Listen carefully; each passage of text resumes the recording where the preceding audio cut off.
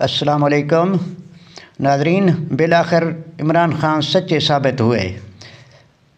ان کی حکومت کو گرانے میں جن کرداروں نے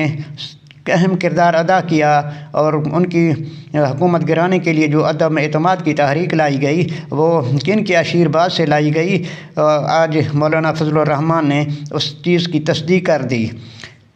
حالانکہ پہلے عمران خان جس طرح کہا کرتے تھے اور جن کرداروں کا ذکر کیا کرتے تھے تو ان کی طرف سے تو ہمیشہ سے تردید آتی رہتی تھی کہ ہمارا اس سے کوئی تعلق نہیں، اور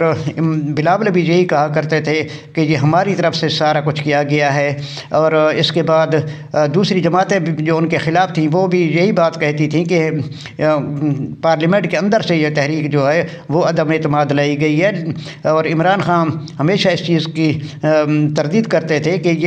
تحریک جو ہے اس کے پس پردہ کوئی اور ہے، اور انہی کے آشیرواد سے یہ تحریک عدم اعتماد کی جو لائی گئی ہے۔ اب مولانا فضل الرحمان نے بھی اس چیز کی تصدیق کر دی ہے کہ اس وقت کی جو عدم اعتماد لائی گئی تھی اس میں فیض حمید اور باجوہ صاحب نے اس چیز کی حمایت کی تھی، اور انہوں نے کہا تھا کہ عمران خان کی حکومت گرائی جائے۔ اب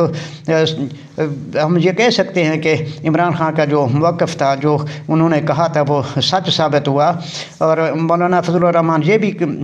اپنے انٹرویو میں انہوں نے کہا ہے کہ میں جو جمعیت علماء اسلام تھی وہ اس چیز کے حق میں نہیں تھی کہ عدم اعتماد کے ذریعے ان کی حکومت کو گرایا جائے۔ ہم چاہتے تھے کہ جو دھرنے ہیں اور جو جلوس ہیں اور احتجاج ہے اس کے ذریعے عمران خان کو دباؤ کے اندر لا کر اس طرح ان کی حکومت کو گرایا جائے اور انتخابات کرائے جائیں، لیکن جو دوسری جماعتیں تھیں وہ اس چیز کے حق میں نہیں تھے۔ وہ چاہتے تھے کہ عدم اعتماد کے ذریعے جو ان کی حکومت ہے اس کو گرایا جائے، اور اس میں انہوں نے یہ بھی کہا کہ جنرل فیض حمید نے ہمیں کہا تھا کہ جمہوری طریقے سے عمران خان کی حکومت گرائی جائے، اور بلاول بھی اس چیز کا بارہا ذکر کرتے ہیں کہ ہم نے جو جمہوری طریقہ استعمال کیا اور عدم اعتماد کے ذریعے ان کی حکومت کو گرایا۔ اب اس بات کی تصدیق ہو گئی، اب اس کے بعد تو مزید کچھ کہنے کی گنجائش ہی نہیں رہتی کہ عمران خان کی جو اس وقت جو تردید کرتے تھے کہ اس میں کسی اور کا کوئی کردار نہیں اور یہ سب کچھ عمران خان جو کہہ رہے ہیں یہ سب غلط ہے۔ اب وقت نے عمران خان کے موقف کو سچ ثابت کر دیا، اور پاکستان کی عوام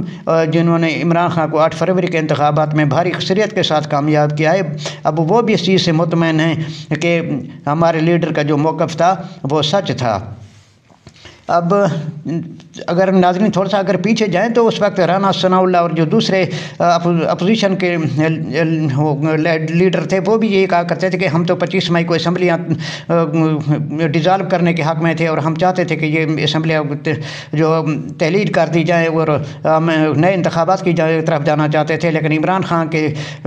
ضد کی اور انا کی وجہ سے پھر ہم نے یہ فیصلہ ملتوی کر دیا کہ اگر ہم عمران خان کے دباؤ کے اندر آ کے اسمبلیاں یہ تحلیل کرتے ہیں تو پھر عمران خان کی مقبولیت یہ بڑھ جائے گی۔ حالانکہ ناظرین وہ بالکل ان کی بات یہ سراسر غلط ہے، ان کا کوئی ارادہ نہیں تھا اسمبلیاں توڑنے کا۔ وہ صرف عمران خان کے جو سپورٹر ورکر تھے ان کے اندر یہ صرف یہ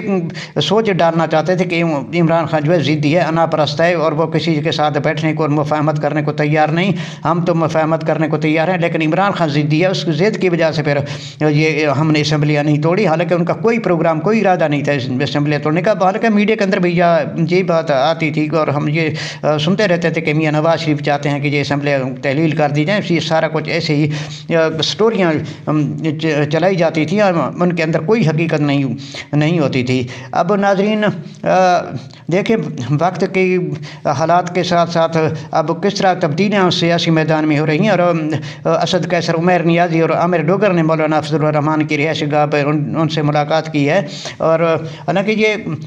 کتنے ایک دوسرے کی مخالفت کرتے تھے اور کوئی سوچ بھی نہیں سکتا تھا کہ یہ کس طرح ایک ٹیبل پہ بیٹھ سکتے ہیں۔ جبکہ دیکھا جائے تو کچھ عرصہ پہلے بھی اسد قیصر صاحب اور دوسرے پی ٹی اے کے رہنما گئے تھے مولانا فضل الرحمان کی رہائش گاہ پہ ایک فوتگی پہ اور تعزیت کے لیے گئے تھے، اور جب وہاں مغرب کی نماز کا وقت ہو گیا تھا تو پھر انہوں نے مولانا صاحب کی امامت میں نماز بھی ادا کی تھی، اور بڑے میڈیا کے اندر اس چیز کا بڑا چرچا ہوا تھا کہ شاید اب جو دوری ہے تحریک انصاف اور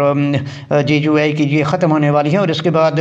پھر مولانا مولانا فضل الرحمان نے پھر سے وہی عمران خان پہ خاصی تنقید کی تھی اور انہوں نے اپنے سخت الفاظ استعمال کیے تھے عمران خان کے بارے میں اور کہا تھا کہ ہمارا اس کے ساتھ کوئی اتفاق اور کسی معاہدے پہ ہم نہیں بیٹھ سکتے اور ہمارا ان کے ساتھ کوئی تعلق نہیں ہے۔ تو اس وقت کچھ ہوا تھا کہ شاید یہ برف جو ہے پگھلنے لگی ہے، لیکن اس کے بعد پھر جو معاملات ہیں وہ پھر اسی طرح اسی نیج پہ چلے گئے جہاں سے پہلے جس طرح مولانا فضل الرحمان اور عمران خان ایک دوسرے کے خلاف زبان استعمال کرتے تھے۔ حالانکہ ہم اس چیز کو دیکھیں کہ اسلام میں بھی نہیں ہے کہ کسی مخالف کے خلاف کوئی ایسی زبان استعمال کی جائے، اور جو دونوں طرف سے جو کہا جاتا تھا وہ نامناسب چیز تھی۔ اب سیاست ہوتی ہے، اختلافات ہوتے ہیں جمہوری طریقے کے اندر اور اپنے نظریات اور اپنے پروگرام کے مطابق، لیکن کسی کے ذات کو اس طرح ٹارگٹ کر کے نشانہ بنانا اور ذاتیات پہ ویسی بات کرنا انتہائی نامناسب ہے۔ اس سے عوام کے اندر بھی کوئی اچھا پیغام نہیں جاتا اور بین الاقوامی طور پہ بھی یہ اس چیز کا مجروح ہوتا ہے کہ تاثر کے پاکستان کے جو سیاستدان ہیں وہ اتنے میچور نہیں ہے کہ وہ ایک دوسرے کو برداشت کر سکے، اور ان کے اندر یہ اتنا نہیں کہ وہ ایک دوسرے کے اندر کوئی ایک دوسرے کے ساتھ کوئی اچھے رویے کے ساتھ بیٹھ سکیں یا ایک دوسرے کی تنقید کو اور ایک دوسرے کے اختلاف کو برداشت کر سکیں۔ اب اچھی بات ہے اگر ان کے درمیان کسی معاملے پہ اتفاق ہوتا ہے تو بہت اچھی بات ہے۔ اس سے ظاہر سی بات ہے ہماری اپنی خیال کے مطابق تو پی ٹی آئی کو بھی یہ فائدہ ہوگا کہ کیونکہ وہ جس طرح سیاسی تنہائی کا شکار ہے تو اس کو بھی فائدہ ہوگا کہ اب اس کو ایک طرح سے مذہبی جماعت جو جمعیت علماء اسلام ہے اور خاصی تنقید کا نشانہ بناتی رہی ہے پاکستان تحریک انصاف کو، تو اب اگر ان کو اس چیز کی سپورٹ مل جاتی ہے تو انتہائی اچھی بات ہے، اور تحریک انصاف بھی اب کھلے دل کے ساتھ اور فراخ دلی کے ساتھ ان کے ساتھ چلنے کو تیار ہو جائے۔ اور ان کا ایجنڈا تو یہی ہے 1 پوائنٹ کے دھاندلی کے خلاف انہوں نے احتجاج کرنا ہے، اور کل کا جو احتجاج کیا گیا اس کے اندر بھی یہی بات کی گئی ہے کہ پاکستان کا پرچم لایا جائے گا اور کسی سیاسی جماعت کا جو پرچم وہ نہیں ہوگا، کیونکہ اب جماعت اسلامی نے بھی پاکستان تحریک انصاف کے ساتھ بیٹھنے سے چلنے سے انکار کیا تھا، اتحاد کے ساتھ کرنے سے انکار کیا جاتا۔ اگر جمعیت علماء اسلام اس چیز پہ متفق ہو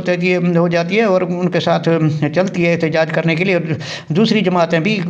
جس طرح اختر مینگل اور محمود اچکزئی نے پہلے بھی کہا تھا کہ عمران خان کی حکومت کو ہمارا گرانے کا جو ہمارا فیصلہ تھا وہ غلط تھا اور ہمارا انفرادی فیصلہ نہیں تھا، اب وقت نے یہ ساری چیزیں اب جو ہے وہ اب بے نقاب ہوتی جا رہی ہیں، اور تمام جو رازوں سے پردہ اٹھتا جا رہا ہے کہ عمران خان کی جو حکومت گرانے میں اچھی طریقے سے چل رہی تھی اور ملک کے اندر استحکام تھا اور معیشت بھی اچھی خاصی طریقے سے چل رہی تھی، کوئی ایسا کوئی مسئلہ نہیں تھا کہ کیا آخر ضرورت پڑی تھی عمران خان کی حکومت کو گرانے کی۔ تو اب آنے والے وقت میں دیکھتے ہیں مزید جو انکشافات ہوں گے اور مزید باتوں سے جو ہے مزید رازوں سے پردہ اٹھے گا۔ اگر سوچے تو شاید اگر مولانا صاحب کو بھی کچھ اچھی خاصی سیٹیں مل جاتی تو شاید وہ بھی مطمئن ہو جاتے اور وہ بھی یہ بات نہ بتاتے اور وہ بھی اس راز کو راز ہی رکھتے، لیکن ظاہر سی بات ہے جب اس الیکشن کے اندر ان کی توقعات پوری نہیں ہوئی، جبکہ دوسری جماعتوں کو جس طرح حصہ دیا گیا ہے اس کے اندر، اور ایم کیو ایم کو خاص طور پہ دیکھیں تو جتنی سیٹیں ان کو دی گئی ان کی توقع نہیں تھی، بلکہ 2-3 سیٹیں ایم کیو ایم جیت سکتی تھی، لیکن ان کو تو اتنی 17 سیٹیں دے دی گئیں۔ ویسے اگر ایم کیو ایم کو اتنی سیٹیں نہ ملتی تو وہ ٹھنڈا سائے سے احتجاج کرتی، لیکن اتنا احتجاج نہ کرتی جس طرح مولانا فضل الرحمان نے کھل کے تنقید کی ہے۔ اور اس دھاندلی سے تو ظاہر سی بات ہے نون لیگ کو بہت فائدہ ہوا ہے، اور پیپل پارٹی کی سیٹیں جو ہے وہ بھی ان کو دی گئی ہیں، اور پورا بلکہ یوں کہا جائے کہ پورا سندھ ہی ان کے حوالے کر دیا گیا، حالانکہ جی ڈی اے اچھی خاصی ان کی سندھ کے اندر بھی ان کی جو مقبولیت ہے، لیکن ان کو صرف 2 سیٹیں دی گئی ہیں، اور جی ڈی اے بھی اب احتجاج میں شامل ہو گئی اور ان کی طرف سے بھی آج سے جو ہے وہ احتجاج کا فیصلہ کیا گیا ہے۔ اب اس دھاندلی سے تو صرف نون لیگ کو خصوصی طور پہ اور دوسرے نمبر پہ ایم کیو ایم کو فائدہ دیا گیا ہے۔ آج پاکستان تحریک انصاف کی طرف سے بھی اسلام آباد میں میریٹ ہوٹل کے اندر جو پریس کانفرنس ہوگی اس کے اندر بین الاقوامی اور پاکستانی میڈیا کو بھی دعوت دی گئی، اور اس کے اندر جو پاکستان تحریک انصاف کے جیتے ہوئے امیدوار ہیں ان کو ہرا دیا گیا، ان کو مدعو کیا گیا ہے، اور وہ اب اپنی اس پریس کانفرنس کے اندر میڈیا کو بین الاقوامی میڈیا کو یہ اپنے فارم 45 بھی دکھائیں گے اور تمام ثبوت ان کے سامنے پیش کریں گے کہ ان کو کس طرح سے ہرایا گیا ہے۔ اب یہ بہت اچھی بات ہے کہ تمام سیاسی جماعتیں جو اپنے اختلافات بھلا کے ایک ون پوائنٹ ایجنڈے پہ متفق ہو رہی ہیں، اور اس احتجاج کے اندر جو دوسری جماعتیں ہوں گی اس کا فائدہ پاکستان تحریک انصاف کو بھی اس لحاظ سے ہوگا کہ اگر پاکستان تحریک انصاف اکیلے احتجاج کرتی تو جس طرح پاکستان تحریک انصاف کے کارکنوں کے خلاف پہلے تشدد کیا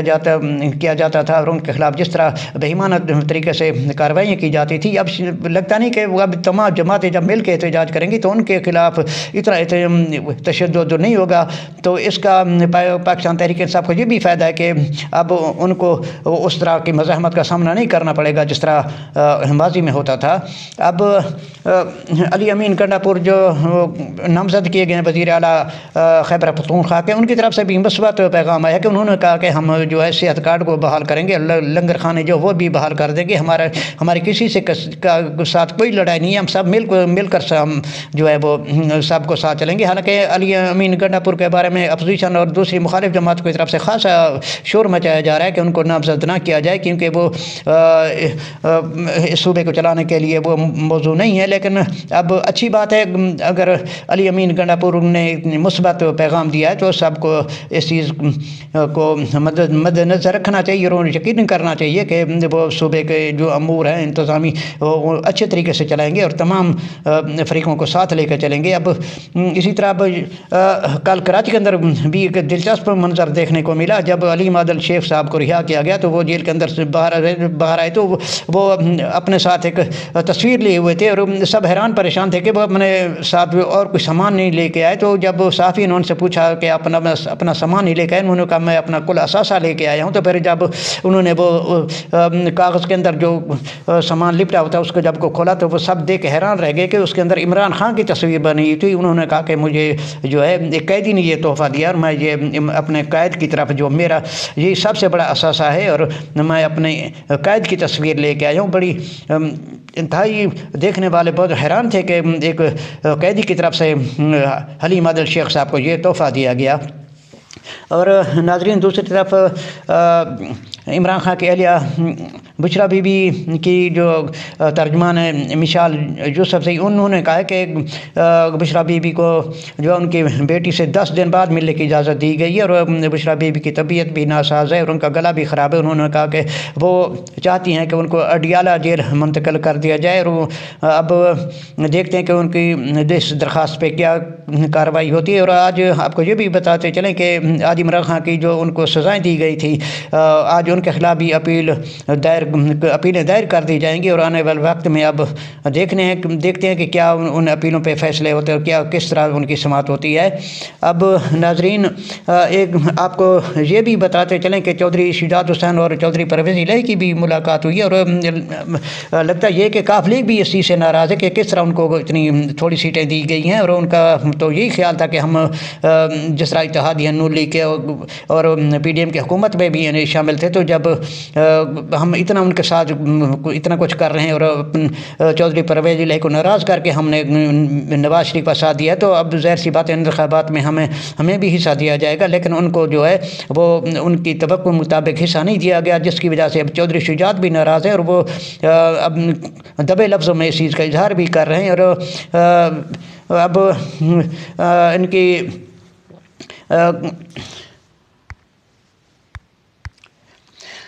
اب استحکام پارٹی کے علیم خان کی طرف سے بھی اس چیز کا ناراضگی کا اظہار کیا گیا اور وہ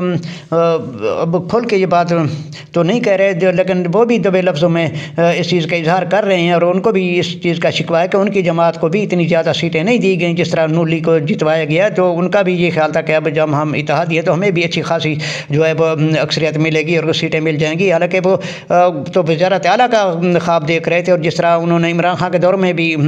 عثمان بزدار کے بارے میں بھی کہا تھا کہ جس طرح عثمان بزدار کی گاڑیاں سے اچھی میری گاڑیاں ہیں، مجھے کسی چیز کی ضرورت نہیں، میرے پاس پیسہ بہت ہے، گاڑیاں بہت ہیں، مجھے وزارت اعلیٰ کی ضرورت نہیں ہے۔ لیکن اب ظاہر سی بات ہے وہ بھی خاصے مایوس ہوئے ہیں کیونکہ ان کی پارٹی جو ہے وہ بھی بری طرح سے ناکام ہوئی ہے یا ان کی پارٹی کو بری طرح سے ناکام کر دیا گیا اور صرف نون لیگ کو جو ہے وہ پنجاب کے اندر اکثریت دلائی گئی ہے۔ ظاہر سی بات ہے نون لیگ بھی یہ نہیں چاہتی کہ ان کے مقابلے کا کوئی اور امید لیڈر ہو پنجاب کے اندر، وہ کسی اور کو برداشت کرنے کو تیار تیار نہیں ہے، یا چاہے ان کا اتحادی ہو تحریک انصاف، تو ان کی سیاسی مخالف جماعت ہے، اور حالانکہ ان کی جو علیم عادل شیخ ہیں وہ ان کے اتحادی ہیں، لیکن اور کاف لیگ بھی ان کی اتحادی ہے، لیکن تحریک انصاف کو چھوڑ کے باقی وہ اور بھی کسی کو برداشت کرنے کو تیار نہیں ہے کہ پنجاب کے اندر کوئی اور ان کو چیلنج کرنے والا ہو۔ اور جس طرح اب علیم خان پہلے ایم پی اے تھے، اب بھی وہ اسی طرح ایم پی ہیں، اگر ان کو کوئی وزارت ملی ہے تو ان کو وزارت کی تو کوئی ضرورت نہیں ہے، اور ان کا خیال جو وزارت اعلیٰ کا لینے کا تھا، لیکن ان کا وہ جو خواب ہے وہ پورا نہیں ہو سکا۔ اب مریم نواز صاحبہ کو جو اب وزارت اعلیٰ پنجاب کی ملی ہے، تو اب دیکھتے ہیں کہ آنے والے وقت میں وہ کس طرح اس کو چلاتی ہیں، لیکن اب ظاہر سی بات ہے اب ان کو تو میاں نواز شریف صاحب ہی گائیڈ کریں گے۔ اصل میں تو وزیر اعلیٰ پنجاب کے میاں نواز شریف صاحب ہی ہوں گے، جس طرح وہ پنجاب کے وزیر اعلیٰ پہلے رہے تھے، اب تمام امور جو ہیں وہ میاں صاحب ہی سنبھالیں گے، اور محترمہ مریم نواز صاحبہ جو ہے وہ تو بس فائل پہ سائن کرنے کا کردار ادا کریں گے، اصل تو میاں صاحب خود ہی کریں گے۔ ناظرین، اب تک کے لیے اتنا ہی، آپ کی خدمت میں پھر حاضر ہوں گے، اپنا بہت سا خیال رکھیے گا۔ اللہ حافظ۔ پاکستان زندہ باد۔